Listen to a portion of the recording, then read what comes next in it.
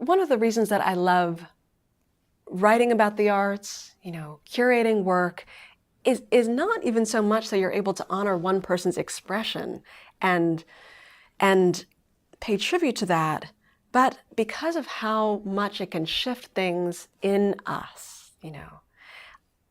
Frederick Douglass during the Civil War surprised his audience when he spoke about this idea. His idea was that it wouldn't be combat that would get America to have a new vision of itself, but pictures, right?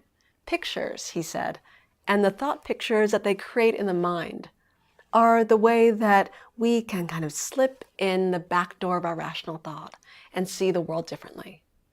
I love that. His speech was called Pictures in Progress, and then he retitled it Life Pictures.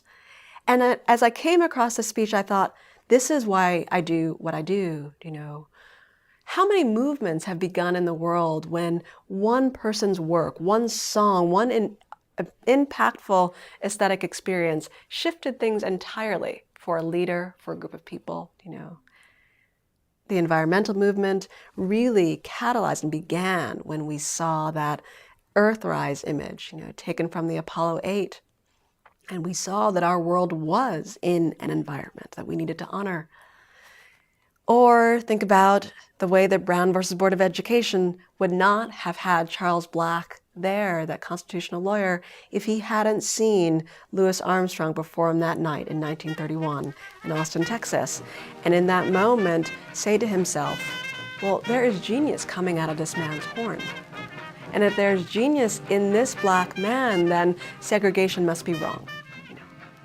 And to know in that moment that he was walking towards justice, as he put it, when he describes what got him to be on the Brown versus Board of Education case. There's so many examples where really aesthetic force, more than rational argument alone, has been what has shifted and turned the tide, in the face of massive injustice. So I think of the arts as far more than just a respite from life, a kind of a luxury. I see it as a galvanic force, really, that undergirds some of our most impactful changes and movements in this country and in this world.